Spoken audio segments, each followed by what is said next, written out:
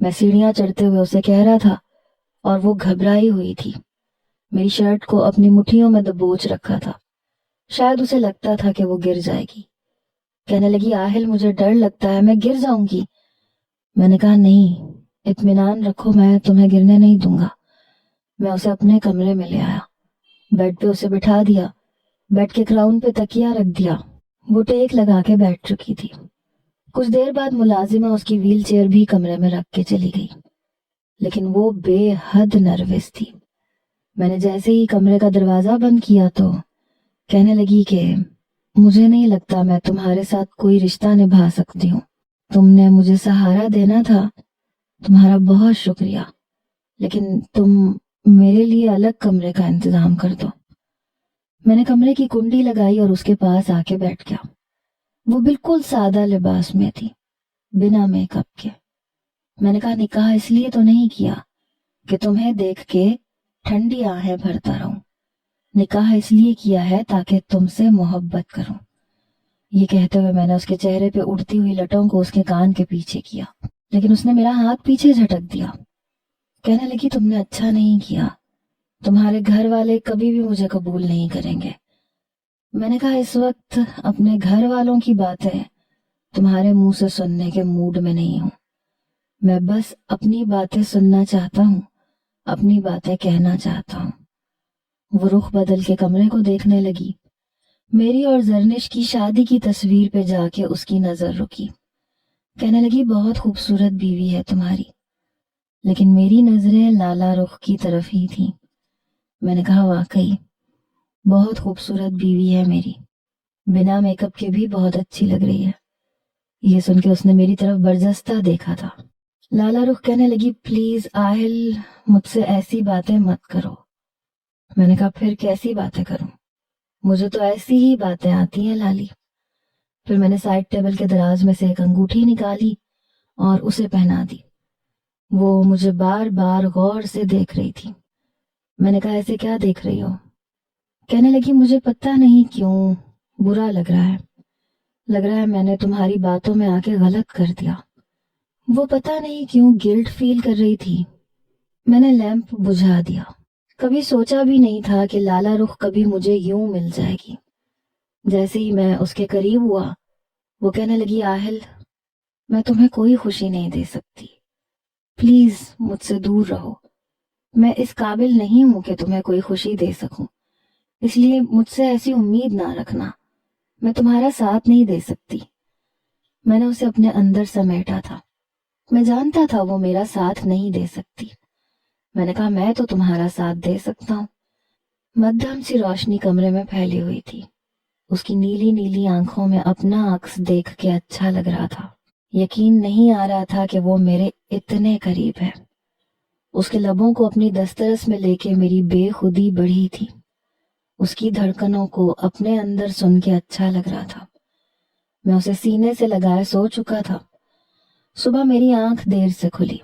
جب میں نے اپنے پہلو میں دیکھا تو لالا رخ میرے قریب نہیں تھی. بیڈ سے ٹیک لگائے پتہ نہیں کیا سوچ رہی تھی. میں بھی اٹھ کے بیٹھ گیا. میں نے کہا گڈ مارننگ، اتنی جلدی کیوں اٹھ گئی؟ کہنے لگی ایسے ہی، نیند نہیں آ رہی. پھر کہنے لگی تم اپنی بیوی کو واپس کب لے کے آؤ گے؟ میں نے کہا لے آؤں گا اسے بھی، تم کیوں پریشان ہو رہی ہو؟ پتہ نہیں وہ کیوں پریشان تھی، چپ چپ سی تھی. بار بار زرنش کی تصویر دیکھ رہی تھی. پھر اپنی انگلیاں چٹکانے لگی. میں نے اس کے کندھے پہ سر رکھ لیا. وہ بری طرح سے چونکی. میں نے کہا کیا بات ہے، تمہیں زرنش کی اتنی فکر کیوں ہے؟ پتہ نہیں کیوں لیکن وہ بہت زیادہ گھبرائی ہوئی تھی. کہنے لگی میں سمجھ سکتی ہوں کہ اس کی کیا کیفیت ہوگی. تم نے بہت جذباتی فیصلہ کر لیا. بہرحال میں نے اس کی ایک بات نہیں سنی. میں اسی دن اسے ڈاکٹر کے پاس لے کے گیا. اس کا دوبارہ سے پورا چیک اپ کروایا. اس کی لیڈی ڈاکٹر کہنے لگی کہ اگر یہ کوشش کرے تو یہ چل سکتی ہے. میں نے کہا آپ مجھے بتائیں، میں اپنی پوری کوشش کروں گا کہ یہ دوبارہ اپنے قدموں پہ کھڑی ہو سکے. میری بات سن کے ڈاکٹر نے مجھے پوری تفصیل بتائی، میڈیسنز بھی لکھ کے دی. شام کو واپس آتے ہوئے لالا رخ کے کہنے پہ میں نے زرنش کو کال کی، لیکن اس نے میرا فون نہیں اٹھایا. کئی بار میں نے اسے کال کی، پھر جا کے اس نے فون اٹھایا۔ میں نے کہا واپس کب آؤ گی؟ کہنے لگی کبھی بھی نہیں، کیونکہ آپ اپنی محبت میں سرخرو ہونا چاہتے تھے اور ہو گئے۔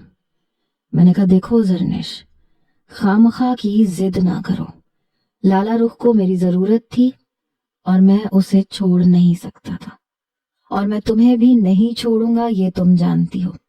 تمہارے ساتھ میں کوئی زیادتی نہیں کروں گا، یہ میرا تم سے وعدہ ہے، اور نہ ہی لالا رخ کی طرف سے تمہیں کوئی مسئلہ ہوگا۔ وہ کہنے لگی نہیں، میں نہیں آؤں گی، آپ کا بچہ آپ کے حوالے کر کے میں آپ سے خلا لے لوں گی۔ میں ابھی بھی زرنش سے بات کر ہی رہا تھا جب لالا رخ نے مجھ سے فون چھین لیا۔ کہنے لگی زرنش پلیز واپس آ جاؤ، میں تمہاری جگہ لینے نہیں آئی اور نہ ہی میں کبھی لوں گی۔ پلیز مجھے اپنی سوکن نہ سمجھو، مجھے بہت برا محسوس ہو رہا ہے۔ میں نے بہت منع کیا تھا آہل کو کہ مجھے میرے حال پہ چھوڑ دے۔ میں نہیں جانتا کہ زرنش نے اس سے کیا کہا، لیکن لالا رخ کی آنکھوں سے آنسو بہہ رہے تھے۔ میں نے فون پکڑ کے کان پہ لگایا تو زرنش فون بند کر چکی تھی۔ میں نے کہا تم اس کی کیوں اتنی فکر کر رہی ہو؟ وہ کہنے لگی بس کر رہی ہوں، کیونکہ مجھے لگتا ہے کہ میری وجہ سے اس کے ساتھ بہت بڑی زیادتی ہوئی ہے۔ میں نے کہا میں آج ہی اس کے گھر جاؤں گا، اس کے بھائی سے بات کروں گا، اس سے بھی کروں گا اور اسے لے کے آؤں گا۔ لالا رخ نے میری طرف دیکھا، کہنے لگی کیا وہ آ جائے گی؟ میں نے کہا کیوں نہیں آئے گی، ضرور آئے گی، میں اسے زبردستی لے آؤں گا۔ یہ سن کے لالا رخ کے چہرے پہ استہزائیہ مسکراہٹ آئی تھی۔ کہنے لگی تمہیں آتا ہی کیا ہے زبردستی کرنے کے علاوہ؟ میرے ساتھ بھی زبردستی، اب اس کے ساتھ بھی زبردستی۔ دیکھو زرنش کے ساتھ بہت پیار سے بات کرنا، اگر تم کہو تو میں تمہارے ساتھ چلتی ہوں، میں اس کی منت سماجت کر کے اسے اپنے گھر ساتھ لے کے آؤں گی۔ پتہ نہیں وہ زرنش کے معاملے میں اس طرح سے ریئیکٹ کیوں کر رہی تھی۔